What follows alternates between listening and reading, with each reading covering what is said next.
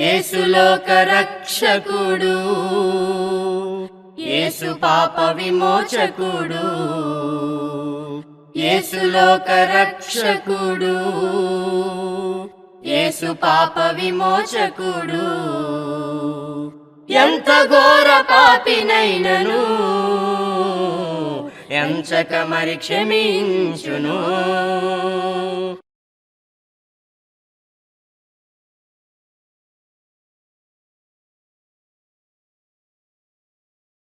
ప్రభునందు ప్రియమైనటువంటి ప్రియ సోదరి సహోదరులకు రక్షకుడైనటువంటి యేసుక్రీస్తు వారి నామములో నా హృదయపూర్వక వందనాలు తెలియజేస్తూ ఉన్నాను.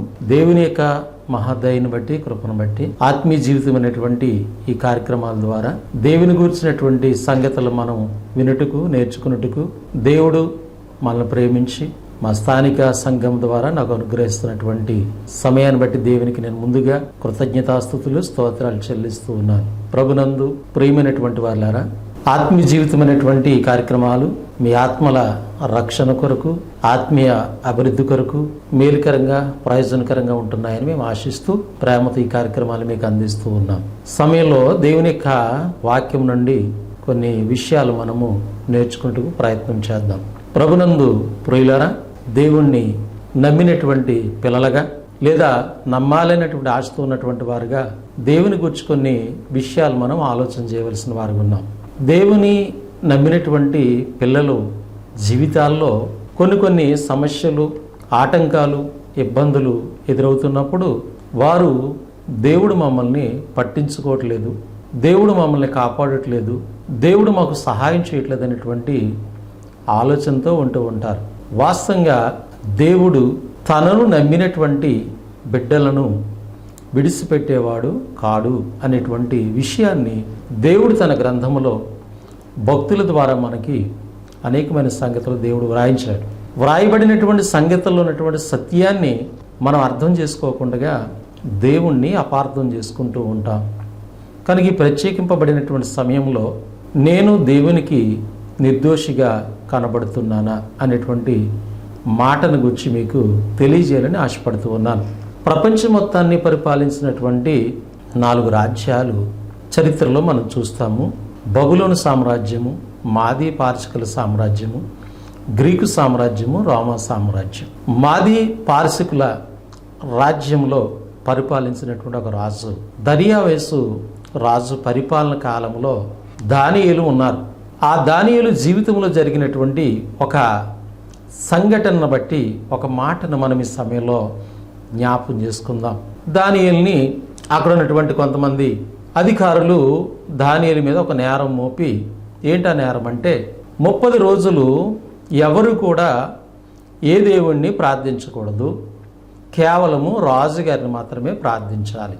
వేరే దేవుణ్ణైనా వేరే మనుషులైనా ఎవరైనా ఆరాధించినట్లయితే, సేవించినట్లయితే వారిని సింహపు బోనులో వేయాలనేటువంటి ఒక శాసనమును వారు సిద్ధపరిచి రాజుగారి చేత దానికి ముద్ర కూడా వేయిస్తారు వాళ్ళు.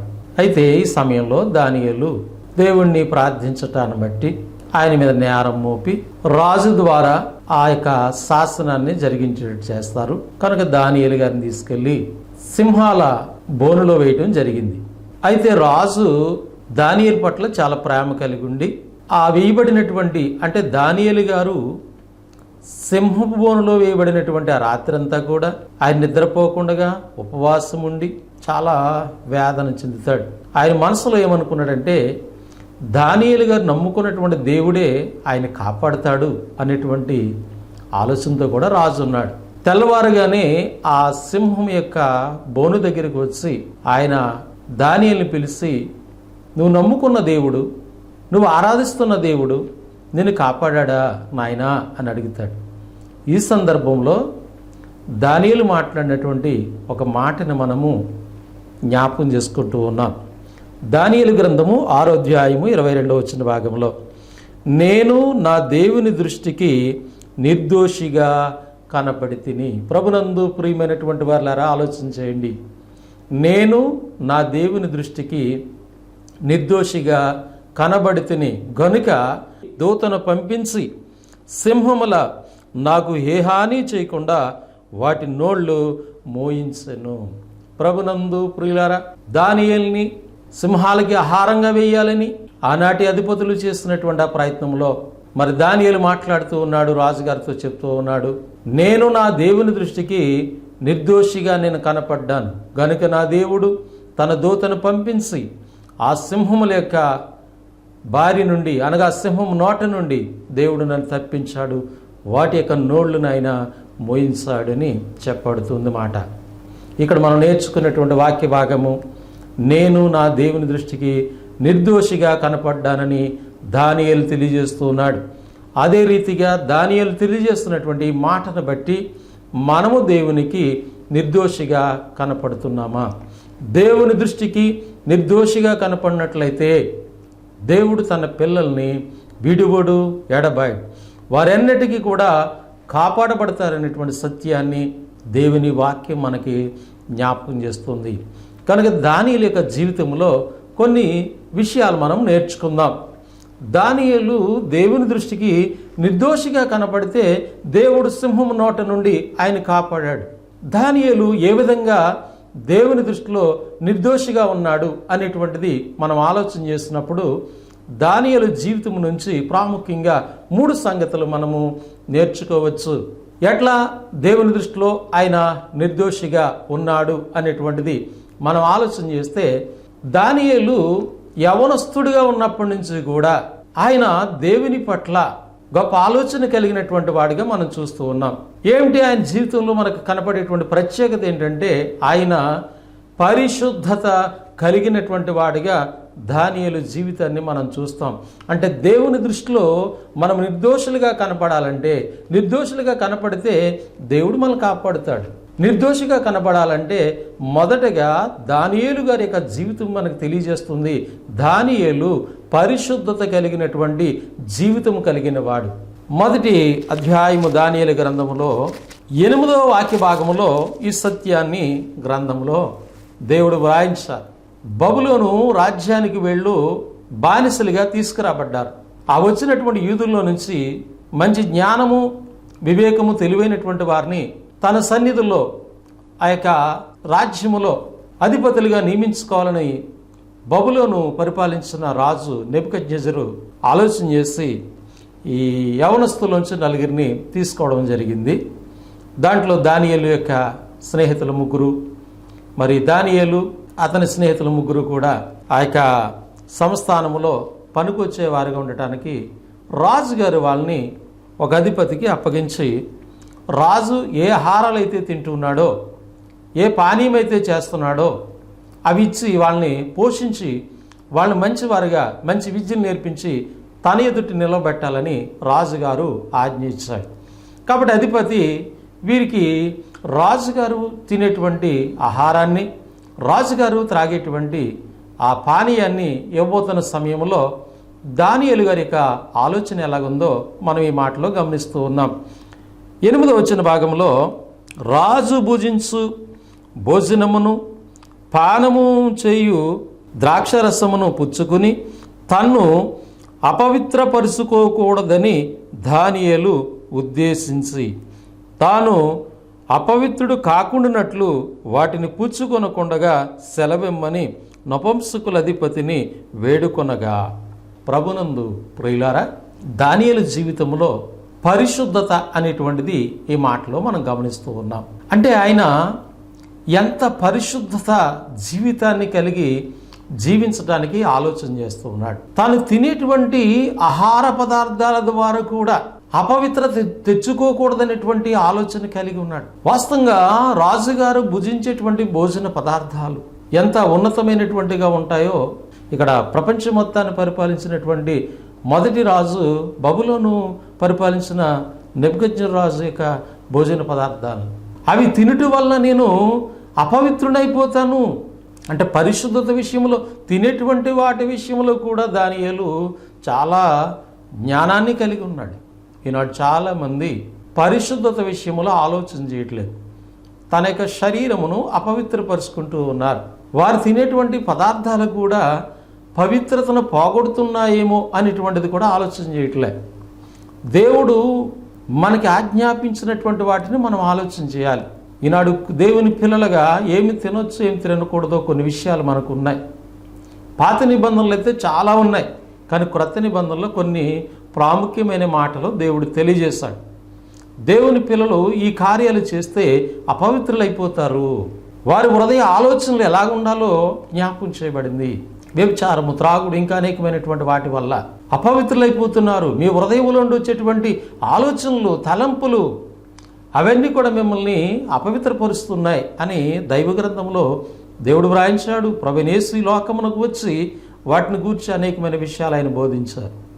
కానీ ఈనాడు దేవుని పిల్లలు అని చెప్పుకునేటువంటి వారు పరిశుద్ధత విషయంలో చాలా నిర్లక్ష్యంగా ఉంటున్నారు. కానీ ఇక్కడ మనం దానియేలు ద్వారా నేర్చుకునేటువంటి విషయాన్ని గమనించినట్లయితే దానియేలు జీవితంలో మొదటగా మనము పరిశుద్ధత కలిగినటువంటి జీవితాన్ని ఆయన కలిగి ఉన్నాడు. అంటే దేవుని దృష్టిలో నిర్దోషిగా కనపడాలంటే మొదటగా మనము పరిశుద్ధత కలిగినటువంటి వారిగా మనం ఉండాలనేటువంటి విషయాన్ని దానియేలు జీవితం మనకి నేర్పిస్తూ ఉంది.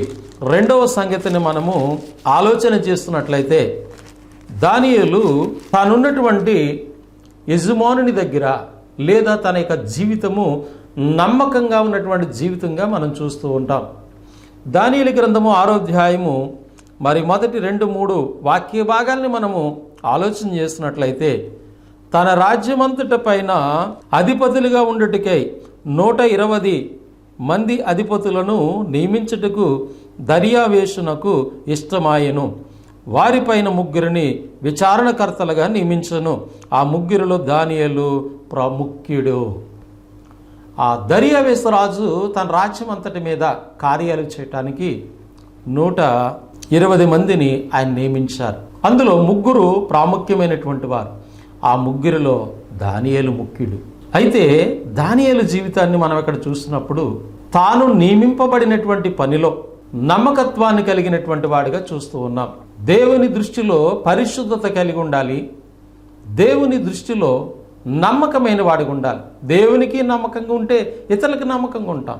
కాబట్టి యజమానుడికి నమ్మకంగా ఉన్నాడంటే దేవుని పట్ల చాలా నమ్మకమైనటువంటి వాడు దానియేలు. కనుక ఇక్కడ 120 మంది అధిపతుల్లో 3 ప్రధానులైతే ముఖ్యమైన వారు, అందులో దానియేలు ప్రాముఖ్యమైనటువంటి వాడు. ఇంకా ఆలోచన చేస్తున్నట్లయితే ఆయన గురించి ఆ 3లో దానియేలు ముఖ్యుడు. రాజునకు నష్టము కలగకుండినట్లు ఆ అధిపతులు తప్పకుండా వీరికి లెక్కలు ఒప్పజెప్పవలనని ఆజ్ఞాయను.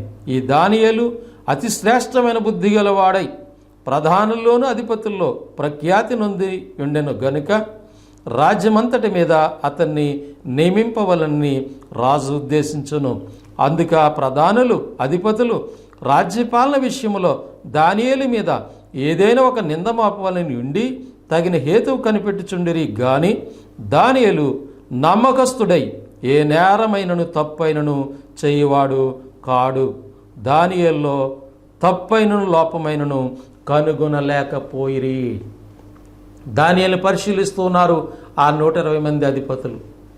ఈయన మీద అయిష్టత ఉంది వాళ్ళకి. ఏదైనా ఒక తప్పు నేతల్లో చూపాలని, అక్కడ ఉన్నటువంటి రాజుకి నమ్మకంగా లేనివాడుగా చూపించాలని వాళ్ళ ప్రయత్నములు చేస్తారు. కానీ దేవుడికి నమ్మకస్తుడు, ఇతరుల పట్ల కూడా నమ్మకంగా ఉంటాడు. కాబట్టి ఇక్కడ దానియేలు జీవితంలో నమ్మకస్తుమైనటువంటి జీవితాన్ని తన దేవుని పట్ల, తనకున్నటువంటి యజమానుని పట్ల కూడా ఆయన కలిగి ఉన్నాడు. కనుక దానియేలు దేవుని దృష్టిలో నిర్దోషిగా కనపడడానికి రెండవ కారణము నమ్మకమైనటువంటి వాడు. మరి మనము దేవుని పట్ల నమ్మకమైనటువంటి పిల్లలుగా ఉన్నామా మనం ఆలోచన చేయాలి. దానియేలు ఎందుకు ఆ మరణకరమైన స్థితిలో సింహాల బోలు నుండి ఆయన తప్పించబడ్డాడంటే ఆయన చెప్తున్నాడు, నా దేవుని దృష్టికి నేను నిర్దోషిగా కనపడ్డాను. ఎలాగైనా జీవితం అని చూస్తే ఒకటి జీవితము పరిశుద్ధత కలిగి ఉన్నాడు ప్రతి విషయంలోనూ. రెండవదిగా నమ్మకమైనటువంటి వాడిగా దానియేలు గారి యొక్క జీవితాన్ని మనము చూస్తూ ఉన్నాం. మూడవ సంగతిని మనము ఆలోచన చేసినట్లయితే ఆయన్ని దేవుణ్ణి ఆరాధించే విషయంలో, దేవుని ప్రార్థించే విషయంలో ఎలాంటి పరిస్థితులు ఉన్నప్పటికీ కూడా ఆయన దేవుణ్ణి ఆరాధించేటువంటి జీవితం కలిగి ఉన్నాడు.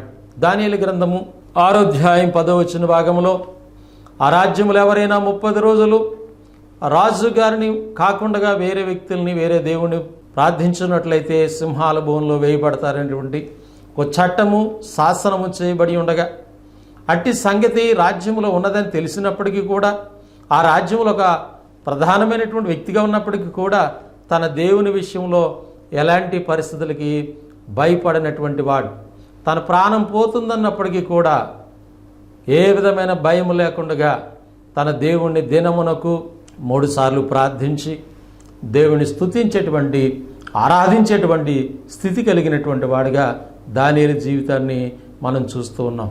మరి మన జీవితంలో దేవుణ్ణి ఆరాధించటంలో, దేవుని ప్రార్థించటంలో ఎలాంటి జీవితాలు మనం కలిగి ఉన్నాం?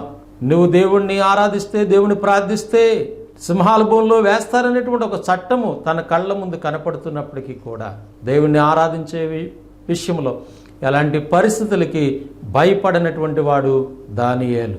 కనుక దేవుని దృష్టికి దానియేలు నిర్దోషిగా కనపడడానికి ఒకటి తన జీవితంలో పరిశుద్ధతను చూస్తున్నాం, రెండవది నమ్మకత్వాన్ని చూస్తున్నాం, మూడవది ఆరాధన భక్తి జీవితాన్ని మనం చూస్తున్నాం. కనుక నా జీవితాల్లో ఇలాంటి ఆలోచన కలిగినటువంటి వారుగా మనం ఉంటే మనము కూడా దేవుని దృష్టిలో నిర్దోషులుగా కనపడతాం. దేవుని చేత ఎలాంటి పరిస్థితులు ఉన్నప్పటికీ కూడా మనము కాపాడబడతాం. కానీ దానియేలును మనం చూస్తున్నట్లయితే ప్రభునందు ప్రియులారా, తన జీవితాన్ని మనం అర్థం చేసుకోవాలి. కనుక దేవుని దృష్టికి ఆయన నిర్దోషిగా కనపడినట్లుగా గ్రంథంలో చూస్తాం. ఇంకా దైవ గ్రంథము అనేకమైన విషయాలు మనకు తెలియజేస్తుంది. ఎందుకనంటే దేవుని దృష్టిలో మనము నిర్దోషిగా కనపడాలంటే మనం ఇంకా కొన్ని విషయాలు ఆలోచన చేద్దాం. దానియేలు జీవితాన్ని బట్టి 3 మాటలు మనం నేర్చుకున్నాం. ఒకటి, పరిశుద్ధత కలిగిన జీవితం ఉండాలా, రెండవది నమ్మకమైన జీవితం ఉండాలి, మూడవది మరి భక్తి సంబంధమైన జీవితము, ఆరాధన జీవితం, ప్రార్థించే జీవితం, ఎలాంటి పరిస్థితుల్లో కూడా దేవుని వెంబడించే జీవితాలు మనకు ఉండాలి. అంత మాత్రమే కాకుండా ఇంకా కొన్ని సంగతులు మనం పరిశుద్ధ గ్రంథాన్ని ఆలోచన చేస్తున్నప్పుడు గ్రంథం తెలియజేస్తుంది. నిర్గమకాండము 23వ అధ్యాయము 7వ వాక్య భాగంలో మనం చూస్తున్నప్పుడు, అబద్ధమునకు దూరముగా ఉండుము. నువ్వు దేవుని దృష్టిలో నిర్దోషిగా కనపడాలంటే అబద్ధమునకు దూరముగా ఉండాలి. అబద్ధం మాట్లాడకూడదు, అబద్ధాలు బోధించకూడదు. అబద్ధ బోధకులు దేవుని దృష్టిలో నిర్దోషులు కాలేరు, మనుషుల దృష్టిలో గొప్పవారుగా చాలా మంది కావచ్చు. కాబట్టి ఇక్కడ ఏమంటున్నాడంటే, అబద్ధమునకు దూరముగా ఉండము, నిరపరాధినైనను నీతిమంతునైనను చంపకూడదు, నేను దుష్టుని నిర్దోషిగా ఎంచను. దుష్టుణ్ణి దేవుడు నిర్దోషిగా ఎంచడు. దుష్టులు దేవుని దృష్టిలో నిర్దోషులు కాలేరు. కీర్తన గ్రంథంలో మనకి బాధ చేస్తూ ఉంది. దుష్టుల ఆలోచన చెప్పు నడవక, పాపుల మార్గము నిలవక, అపహాసకులుండి చోటు కూర్చోవద్దని దేవుని వాక్యం మనకు జ్ఞాపకం చేస్తూ ఉంది.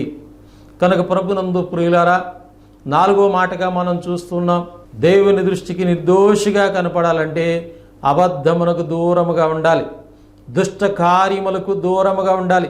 అబద్ధము ఎవడికి సంబంధించిందంటే దుష్టునికి, అపవాదికి సంబంధించింది. అబద్ధమునకు జనకుడు వాడు. కనుక అబద్ధానికి దూరంగా ఉండకపోయినా, అబద్ధ పరిస్థితులకి, అబద్ధ బోధలకి దూరంగా ఉండకపోతే మనం దుష్టుని యొక్క ఆలోచనలో ఉంటాం. దుష్టుని దేవుడు నిర్దోషిగా ఎంచడు అనేటువంటి విషయాన్ని గమనించాలి. కాబట్టి దానియేలు జీవితంలో అబద్ధమునకు త్రోవ లేదు. కనుక ఆయన దేవుని దృష్టిలో నిర్దోషిగా కనపడ్డాడు. నిర్గమకాండము 20వ అధ్యాయము 7వ వాక్య భాగంలో మరొక సంగతిని మనం గమనించినట్లయితే 5వ మాటగా, నీ దేవుడని యెహోవా నామమును వ్యర్థముగా నుచ్చరించకూడదు. యెహోవా తన నామమును వ్యర్థముగా నుచ్చరించే వాడిని నిర్దోషిగా ఎంచడు. ప్రభునందు ప్రియులారా, 5వ సంగతి మనం చూస్తూ ఉన్నాం. దేవుని దృష్టిలో నిన్ను నిర్దోషిగా కనపడాలంటే భక్తుడు మనకి జ్ఞాపకం చేస్తున్నారు, మోషే ద్వారా వ్రాయబడినవి. యెహోవా తన నామమును వ్యర్థముగా నుచ్చరించే వాడిని నిర్దోషిగా ఎంచడు. దేవుని నామమును వ్యర్థముగా నుచ్చరించకూడదు. దేవుని నామము వ్యర్థమైనటువంటి మాటలకి వాడబడకూడదు. క్రైస్తవులు వారి మాట అవునంటే అవును, కాదంటే కాదు, దానికి మించి ఉండకూడదు. మనం ఆలోచన చేస్తే దేవుని నామం మీద మనం చేసేటువంటి పనులకి ఒట్టు పెట్టకూడదు. అయ్యో దేవుని తోడండి, ఒట్టండి, దేవుని మీద ఒట్టండి అంటారు. నేను వ్యర్థపజేస్తున్నా దేవుని యొక్క నామమును. కనుక యెహోవా నామమును వ్యర్థపరచకూడదు. దేవుని నామమునకు లోకములో మన ద్వారా మహిమ కలగాలి తప్ప మన ద్వారా అపకీర్తి కలగకూడదు. అపకీర్తి కలిగిందంటే మనం దేవుని యొక్క నామమును వ్యర్థపరుస్తున్నాం. కాబట్టి దేవుని దృష్టిలో మనం నిర్దోషులము కాలేం. దానియలు జీవితాన్ని మీరు గమనించండి. దేవుని నామం కొరకు అక్కడ నిలిచాడు. ఎలాంటి పరిస్థితులు వచ్చినప్పటికీ కూడా దేవుని నామ ఘనత కొరకు నిలిచినటువంటి వారుగా దానియేలు గారిని మనము వారి జీవితం నుంచి గమనిస్తూ ఉన్నాం. కనుక 5వ మాటగా మనం చూస్తున్నాం, యెహోవా నామమును వ్యర్థముగా నుచ్చరించకూడదు. దేవుని నామాన్ని బట్టి మనం అబద్ధం మాట్లాడకూడదు. దేవుని నామను బట్టి అబద్ధాలు చెప్పకూడదు.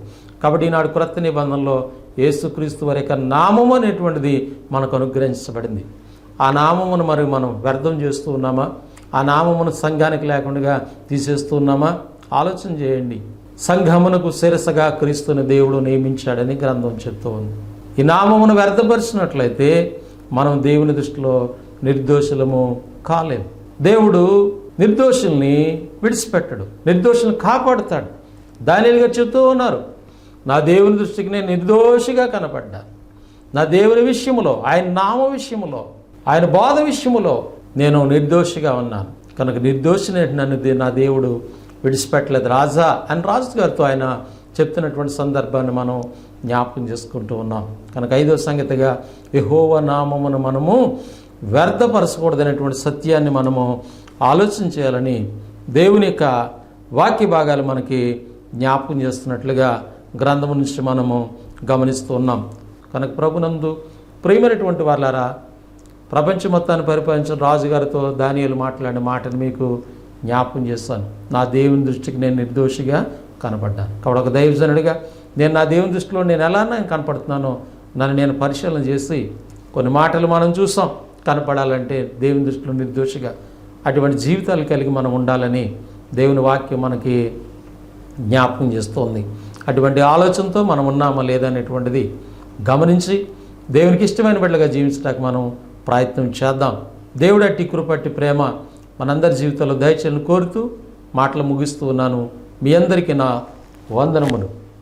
పరిశుద్ధుడైన మా తండ్రి, ప్రేమగల ప్రభు, మీకు స్తోత్రాలు, స్తుతులు, కృతజ్ఞతలు చెల్లిస్తూ ఉన్నాము. మీ కృపను బట్టి, ప్రేమను బట్టి మమ్మల్ని అందరినీ సజీవ లెక్కల నుంచి ఇదిగోనైనా ఆత్మీయ జీవితం అనేటువంటి కార్యక్రమాల ద్వారా కొన్ని సంగతులు మాట్లాడుకోవడానికి, బోధించుకోవడానికి కృప చూపారు. నన్ను ప్రోత్సహించిన స్థానిక సంఘాన్ని, ఆర్థికంగా ప్రోత్సహించిన బిడ్డల్ని జ్ఞాపకం చేసుకోండి. ఛానల్ వారిని పరిచయం చేస్తున్న బిడ్డలు జ్ఞాపకం చేసుకోండి. మమ్మల్ని పరిపాలించిన నాయకులు, అధికారులు, మా దేశ రాష్ట్ర ప్రజలందరి కొరకు మేము ప్రార్థిస్తున్నాం. నిర్దోషమైన జీవితానికి నీ దృష్టిలో నిర్దోషులుగా కనపడి మీ ద్వారా అనేక మేలు పొందే పిల్లలుగా దీవించాలని ప్రార్థన చేస్తున్నాం. దేవుని నమ్మిన పిల్లలు నిర్దోషులుగా ఉండకపోతే వారే దేవుని కాపుదలను కోల్పోతారు. కానీ నిర్దోషులుగా జీవించినట్లయితే వారు ఎలాంటి పరిస్థితులు ఉన్నప్పుడు దేవుని చేత కాపాడబడతారు, దేవుని ద్వారా మేలు పొందుతారు. అనేకమైన మేలు వారి జీవితాల్లో పొందుకుంటారని మీ వాక్యం ద్వారా మేము గమనిస్తూ ఉన్నాం. అటువంటి నిర్దోషమైన జీవితం మేము కలిగి ఉండాలంటే దానియేలు, దావీదు భక్తులు జీవితాలు మనకు పౌలు అనేక మంది భక్తుల జీవితాల్లో కొన్ని మాటలు గమనించాం. అటువంటి స్థితి కలిగిన పిల్లలుగా మేము ఉండేటట్టు సహాయం చేయమని ఈ వాక్యం ఎందరు బిడ్డలైతే వింటూ ఉన్నారో వారి జీవితాల్లో మీ యొక్క విశ్వాసానికి పాత్రలు ఉండటానికి, నిర్దోషులుగా జీవించడానికి మీ కృప చూపుతారని ప్రార్థనాసుకుని బిడ్డలందరినీ జ్ఞాపకం చేసుకుంటూ వారికి రావాల్సిన మీ దీవెన ఆశీర్వాదాలు దయచేయమని యేసుక్రీస్తు నామములో ఈ ప్రార్థన అడిగి వేడుకొనిచున్నాము తండ్రి, ఆమెన్. మీ అందరికీ వందనములు. దేవుడు మిమ్మలను మీ కుటుంబములను దీవించి ఆశీర్వదించునుగాక. ఆమెన్. వందనాలు.